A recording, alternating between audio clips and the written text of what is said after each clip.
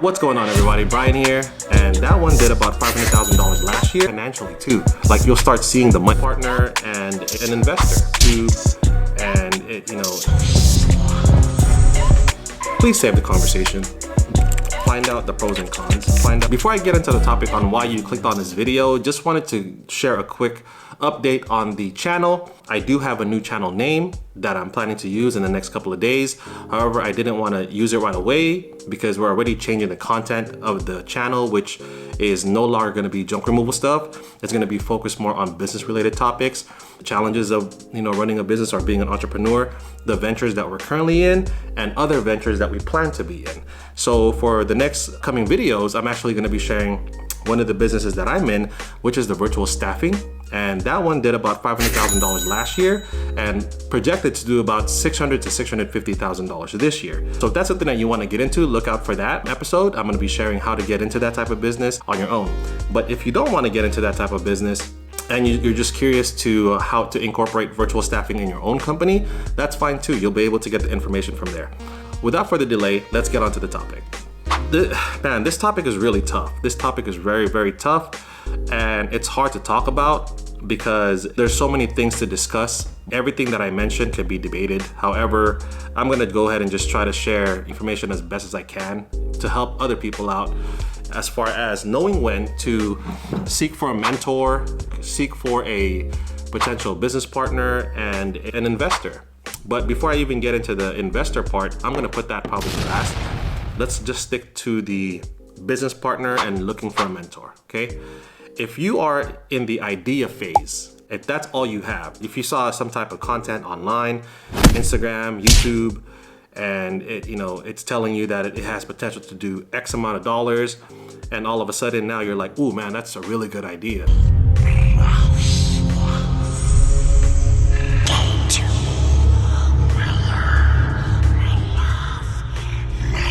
Can't wait to be able to talk to this potential business partner that I can talk to about this and see what he thinks about it. If you're in that phase and you have not researched that business on your own and really dug into it and try to find out the pros and cons to it, please save the conversation. Don't save face. Don't do it at that time. Instead, research the business on your own. Find out the pros and cons. Find out its feasibility, why it would work, the challenges that's involved in that type of business, and the potential cost, the potential revenues. Actually dig in, find out find out as much information you can in regards to that business before engaging in a conversation with a potential mentor or a potential business partner. Because if you spark that conversation prematurely, you might lose the opportunity to work with that person. I'm out. And the reason why I say that is this: if you're just someone who talk about ideas all the time, it's not really an entertaining conversation to have. You do get a sense of you're just wasting your time on the topic, because what's the point of talking about it if you're just trying to pick my mind and not really willing to do the work on your own? And there's even a more better opportunity or a better time to do it, to talk to these potential people. And that potential time is even going as far as starting the business on your own. I know it sounds... What? Bro, what are you talking about? To you, it might sound crazy. Like, man, that's why I want to talk to a business partner, or I want to have a mentor because I don't know what to do. I don't know where to start. If that was your answer before the internet, I would understand. But with the internet nowadays, all the information is there. Unless you're starting a business that doesn't exist yet, most of the information that you're looking for is already online. You just have to be willing to search for it. If your answers are always, I don't know, if that's already your mentality, if that's already how you think, then you're never gonna know anything. You're never gonna be able to gain the qualities and skills needed to be a real business person. You're never gonna be an entrepreneur. That's the reality of it. If you think just asking questions to other people is gonna make you a better business person all of a sudden, it's not. You get it through experience, you get it through time. So if you have an idea, find out why that idea works, the cost to get that idea going, and potentially even starting the idea on your own, even at a very small scale. Like, for example, if you wanted to do something like what I did, right, which was the junk removal. In my opinion, we approached it on the more expensive side. It's still relatively cheap, but for some, they might be like, oh no, I don't have enough money to buy a new truck. I don't have enough money to buy a new trailer. Then fine, you don't have to. You could have got into the industry at a much lower rate and find out, discover if the business is gonna work for you. Find out how the marketing strategy works for you. What's the cost to market? What's the cost for customer acquisition? What's the profit and loss on it? How hard or how easy can this business really be in your city? There's so many things that you would be able to learn and discover when you start your own business and you do it on your own. There's so many skills, so many talents, so many characteristics that you need to have as a person that no mentor, no business partner can instill in you. The only time you gain it is through experience. So what are the characteristics, the qualities and skills that I feel like you need to be able to be a good businessman or entrepreneur? I'm gonna list some of these off, and then I'll try to elaborate more on some of these later on.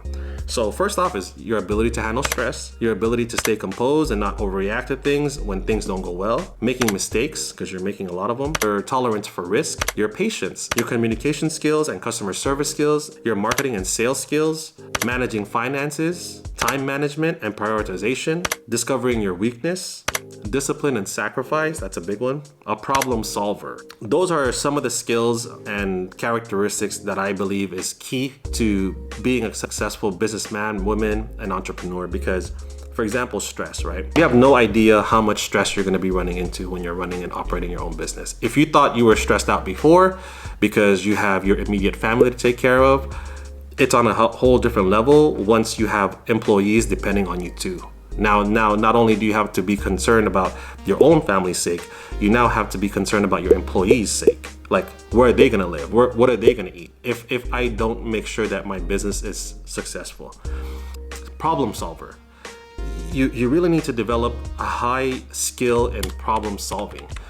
That is really the essence of an entrepreneur. That is the essence of a business owner. All you do every day, every waking moment is solving problems. Solving problems with inventory, solving problems with marketing, solving problems with shipping, solving problems with revenues, how to convert sales, how to lower costs. Like, you're always solving problems. And if you're not solving problems, you're figuring out how to improve something that isn't necessarily causing problems. Like, you're always trying to figure something out. You're always trying to improve. So if you don't have those skills, those fundamental skills, there's no way you're gonna survive as a business owner. There's no way you're gonna survive as an entrepreneur. It's good practice to be able to start out small and allow yourself to be exposed to these things. So then it comes to the forefront and you allow yourself to really see what it is and what it takes to be an entrepreneur and a businessman. There's no better teacher than experience.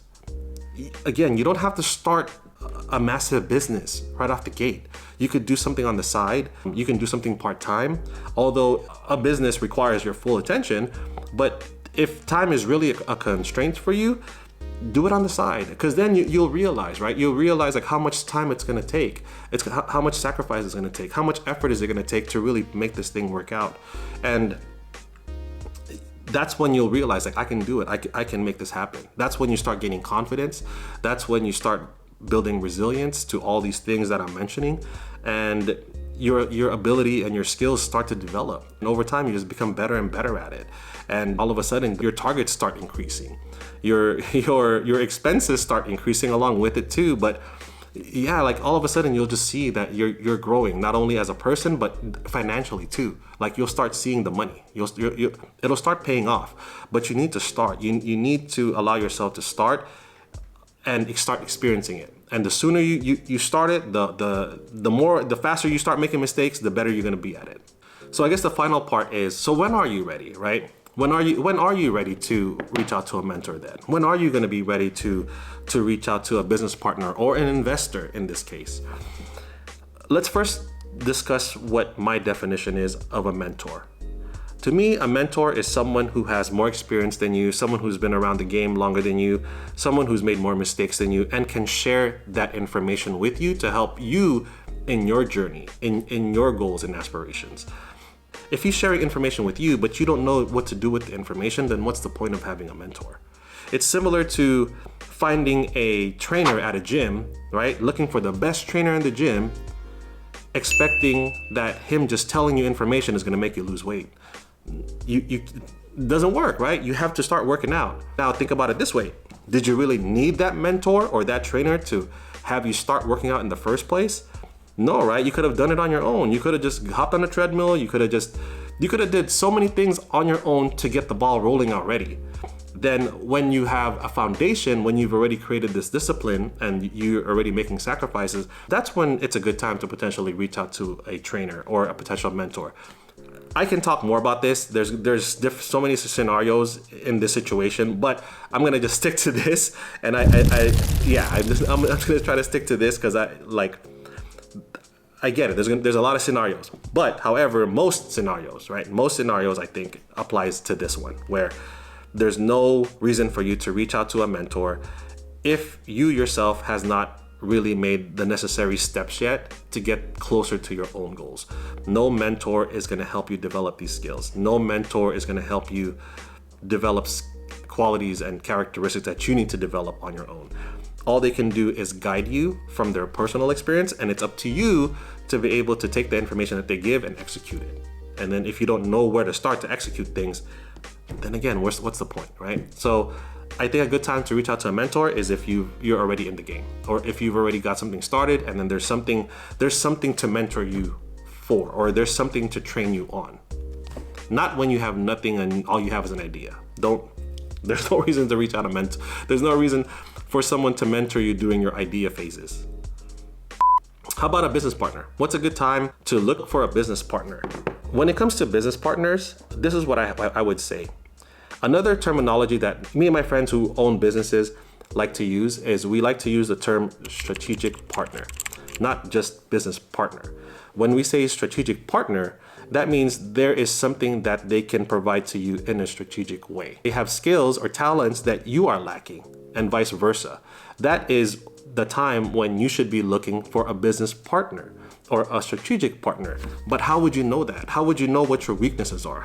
How would you know where you're lacking? How would you know what you need help on if you yourself has not even started a business yet? If you yourself has not exposed yourself to know what your limitations are? If you yourself doesn't know what your skills are? So that's why all this stuff, that's why when it comes to mentors, business partners, investors, the theme is the same for me. You need to start the business, you need to get going, you need to experience it, because there's no point in reaching out to these type of people because you don't have the fundamentals. If you're gonna say, but it costs money, I get it. It costs money to start anything, right? But if that's your mentality, right? If that's your mentality already, you're already losing. Having an investor, having a business partner, having a mentor is not gonna fix that problem for you. You have to have the ability to start from nothing. Just figure out the steps to get it going. And then I promise you, if you do take those steps, other things start opening up. Other things start presenting itself. Like, oh man, I didn't know the company I'm buying the product from will bankroll me for 90 days and allow me to sell the products before I have to pay them back. You're not gonna know these type of things unless you try, unless you start on your own. So when it comes to a business partner, yeah, you're gonna know what type of business partner you need. And we like to use the word strategic partner because if you guys are both good at marketing, if you guys are both good at creating websites, but you guys both suck at converting clients and selling, you guys are not complementing each other. You guys are just holding each other down. So you want to be able to match up with someone so that you guys can both elevate each other's game. All right. And that's when I think you should be looking for a business partner. And the investor, that's easy. That's the most easiest one. What's the point of looking for an investor when there's nothing to invest in? You need to have a proof of concept, and to have proof of concept, you would have had to start already. And even if you already have proof of concept, it might be still a struggle to be able to find an investor for your business. And guess what? Who's the only one that's going to invest in your business is going to be you. So all these things that you end up having to figure out on your own. And that's the world of business. That's why if you ever heard the term, it's lonely at the top. And I'm not saying I'm personally at the very top. I'm working towards it, but I do have friends who make over $1 million a month, and I'm far from that. And that's where I'm trying to get to. But the saying itself is it's very lonely at the top because no one else is going to help you. You're the only one there. Whatever mountaintop you're at, whatever level you're trying to get to, it's a lonely journey, and only you can bring yourself up there. Only you can help yourself. Only you can save yourself. It's very lonely. Like there's no one else that's gonna save you. There's no one else that can help you. I know this is probably not the answer that some people were hoping for when they clicked on this video, but that's the reality of it. You're welcome to challenge my opinion. You're welcome to do it your way and find out if your way is better than what I'm saying. But this is my opinion and it's my recommendation. And I truly believe if you follow it, it'll help you in the long run. And the only way you're gonna know that is if you just go and try. If you yourself if you're the one that's going against yourself, then you're not gonna make it in business for sure. Like you are your only support system once you're in business. You're the only one who can keep you straight. You're the only one who can keep you motivated. No one else is gonna do it. So yeah, like I said, hopefully this helps, and you guys continue watching out for content, because I am gonna be continuing along with my business partners to provide valuable content when it comes to running a business and the businesses that we're in and how to help other people out. And that's it. Catch you guys in the next one.